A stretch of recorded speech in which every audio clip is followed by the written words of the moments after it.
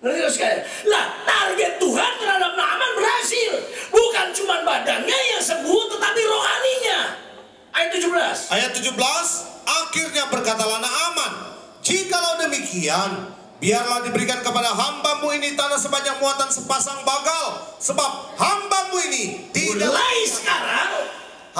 tidak akan lagi mempersembahkan korban bakaran atau korban sembelihan kepada ilah lain kecuali kepada Bapa Yahweh. Saya mau tanya, awalnya motivasi salah kan?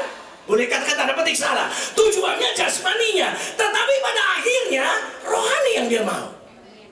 Dan dia berkata apa? Mulai sekarang saya tidak akan ke kelenteng, saya tidak akan ke masjid, saya tidak akan ke pura, saya tidak akan menyembah ilah lain kecuali Tuhan Yesus Kristus, Yeshua HaMashiach.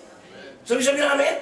Tujuan itu, sehingga akhirnya berkat itu bukan menjadi target, tapi berkat itu menjadi alat. Pakai alat itu. Lukas 16 ayat 9, lihat saya. Lukas 16 ayat 9, demikian firman Tuhan. Dan aku berkata kepadamu, ikatlah persahabatan dengan mempergunakan. Ikatlah persahabatan dengan siapa? Dengan siapa saja, dan juga untuk Tuhan. Target saudara Tuhan, tujuannya Tuhan, teruskan. Dengan mempergunakan mamon yang tidak jujur. Supaya jika mamon itu tidak dapat menolong lagi, kamu diterima di dalam kemah abadi. Lihat saya sebentar, sabar. Saudara, buatlah persahabatan, keintiman dengan siapa saja, menggunakan mamon yang tidak jujur. Mamonas atau uang. Oke. Uang ini berarti target atau alat. Nangkap ya? Pergunakan. Makanya saya kadang-kadang mikir, itu mereka-mereka yang jadi menteri, maaf, jadi gubernur, itu waktu pas berjuang ya, keluar duitnya, pakai duit. Betul itu Alkitabiah, pakai duit untuk mencapai target. Tapi setelah menjadi target itu, dia pergunakan target itu untuk duit. Halo, gini. Lihat saya. Pakailah uang untuk mencari Tuhan, bukan pakai Tuhan untuk cari uang. Enak banget kelihatannya. Karena kebiasaan saudara, awas hati-hati nih. Karena ada orang-orang tertentu yang bisa tergoda karena hal ini. Misalnya gini, saya kepengen sekali menjadi stafnya Pak Yuda. Dia pergunakan uang, salah nggak? Dibantu ini, supaya apa? Supaya saya bisa jadi pekerja Tuhan. Bagus. Ngerti terus sekalian? Dan saya sifatnya pasif. Kecuali saya nuntut. Ini contoh. Dulu ada Pak David almarhum dari Surabaya. Dia pengurus dari gereja Alpha Omega di Surabaya. Gembalanya tuh Pak Sapei. Sedangkan dia ini donaturnya. Dia pengen sekali ngundang saya. Waktu datang ke saya, dia bilang gini, Pak, saya mau ngundang Bapak ke Surabaya. Aduh Pak, di sana berapa kali kebaktian? 3 kali kebaktian. Pak, saya di sini 8 Pak. Maksudnya ngerti gak sih? Lu tahu kan 8 kali. 8 kali. 8 kali, ngerti 8 kali? 8 kali berapanya itu? Lalu dia berkata begini, Pak, tenang aja Pak. Pak Gilbert sudah bisa. Hebat. Gila, bagaimana dia mau? Ya itu Pak, yang 8 kali sama 3 kali disamain. Salah nggak dia pergunakan itu? Tidak. Dia pergunakan uang untuk mencari saya. Yang salah gua. Nangkep? Saya pergunakan jabatan untuk itu. Karena saya udah tahu.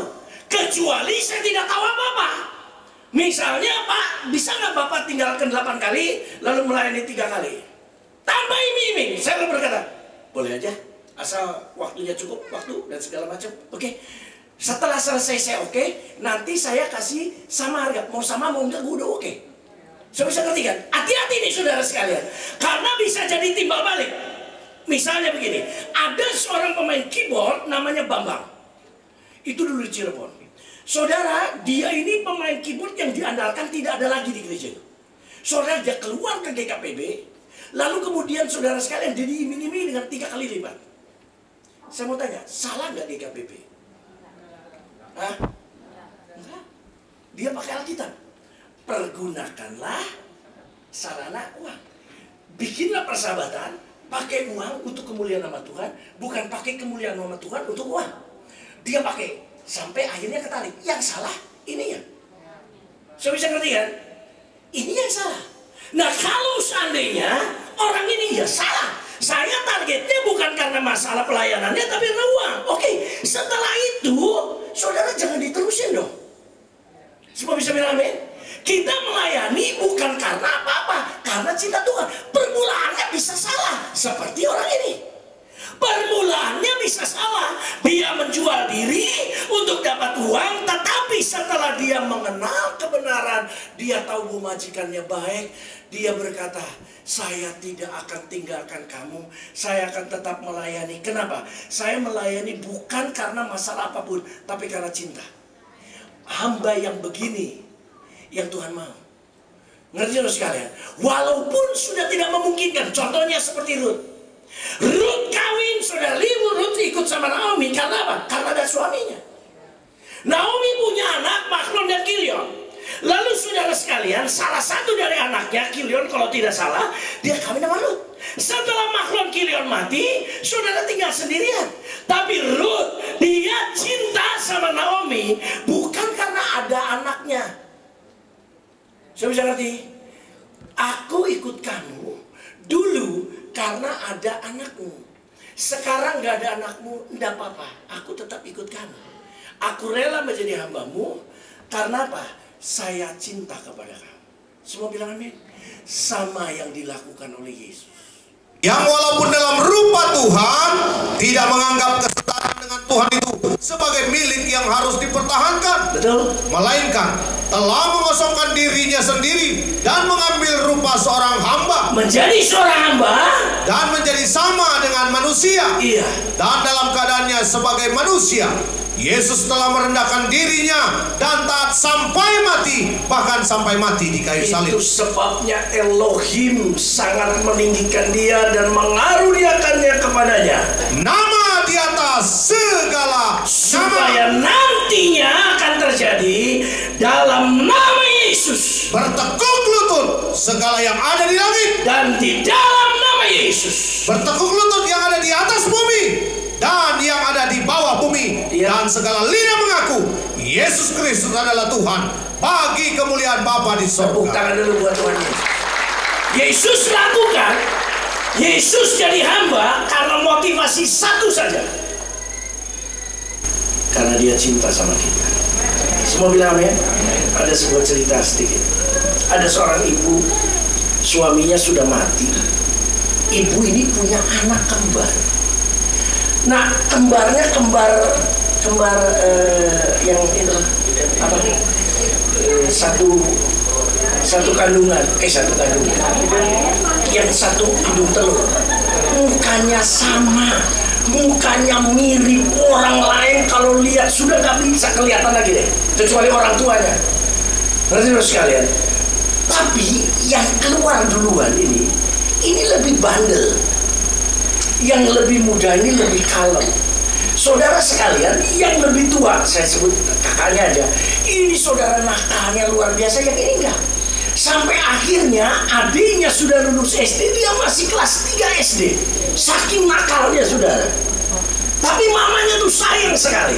Ini saudara sekalian, ketika kakaknya sudah lulus SMP, adiknya baru lulus SD. Saudara mulai belajar jadi nyuri, mulai ngebohong. Sekarang mamanya udah bohong, selalu ngasih tahu, kamu lihat tuh saudara kembarmu, dia bilang saya bau begini juga, saya bisa begini juga kalau bawaan dan segala macam. Tidak ngerti lah. Sampai akhirnya kakaknya lulus SMA, masuk perguruan tinggi ke fakultas hukum. Adiknya udah gak sekolah lagi, mulai jadi maling, mulai jadi pencuri dan segala macam. Sampai akhirnya ketika kakaknya sudah jadi lulus sarjana hukum, sudah menjadi hakim, sudah menjadi pengacara, mamanya mati. Ketika mamanya mati, Kakaknya ini cari-cari, gak ketemu-ketemu. Sampai akhirnya setelah itu saudara sekalian, setelah mamanya dikubur, baru ketemu. Kakaknya tidak lihat, cuma lihat di kuburannya. Sampai setelah beberapa lama kemudian, saudara, akhirnya yang bungsunya ini udah jadi perampok. Serius. Setelah selesai begitu, perhatikan baik-baik. Suatu ketika beritanya ketangkap. Setelah ketangkap, saudara, di sidang pengadilan. Ketika sidang pengadilan, saudara, dengan rambutnya gondrong, kumis bewokan dan segala macam acak-acakan gitu. Perhatikan baik-baik. Yang jadi juri hakimnya kakaknya. Bingung kakaknya. Semua orang juga agak bingung, kalau agak mirip ya. Nanti sosial ya. Tapi mereka nggak bisa menduga-duga karena yang satu rapi, rambut pendek, ya tuh gondrong, ada kumisnya. Saudara, setelah itu, saudara bisa bayangin, dia tanya pembela, nggak ada satu pembela. Akhirnya keputusannya adalah dipancung, kapulunnya digantung. Saudara, tolong saya, nggak ada yang mau nolong. Sampai akhirnya dimasukin penjara. Kakaknya, saya tidak tahu namanya, itu pasti orang Batak. Karena pengacara banyak orang Batak. Namanya Gombang tapi itu bulu. Saudara, dia begini. Setelah semuanya pergi, dia diam aja kakaknya. Lalu kemudian malam-malam, kakaknya pakai toga itu, dia datang ke penjara. Begitu datang ke penjara, penjara suruh pergi. Marah suruh, kamu yang bangsat, kamu tidak tahu diri, malah kamu mati di sini. Tolong bebasin, gak bisa, siapa yang bisa nolong kamu? Udah. Tapi tahu-tahu kakaknya copot bajunya, dia berkata, pakai bajunya, cukur rambutnya. Dicukur rambutnya, toganya kasihkan, lalu dia berkata, cepat kamu keluar. Dia keluar. Orang nggak tahu, tapi bisa nanti kan? Setelah selesai itu beberapa saat kemudian, adiknya yang sudah keluar, dia melihat di salah satu bukit ada orang digantung. Itu kembarannya. Itu yang Yesus lakukan. Karena kita kembaran, mestinya kita digantung, tapi kita tidak jadi digantung. Kenapa? Karena Yesus melayani kita. Dia jadi hamba dengan satu motivasi, because I love you. Karena Tuhan cinta sama kita. Jadi yang pertama, hamba yang berkenan di hadapan Tuhan adalah hamba yang melayani Tuhan atas dasar cinta kepada Tuhan. Itu motivasinya. Saudara jadi hamba Tuhan, saya juga, mari kita melayani Tuhan atas dasar cinta kepada Tuhan.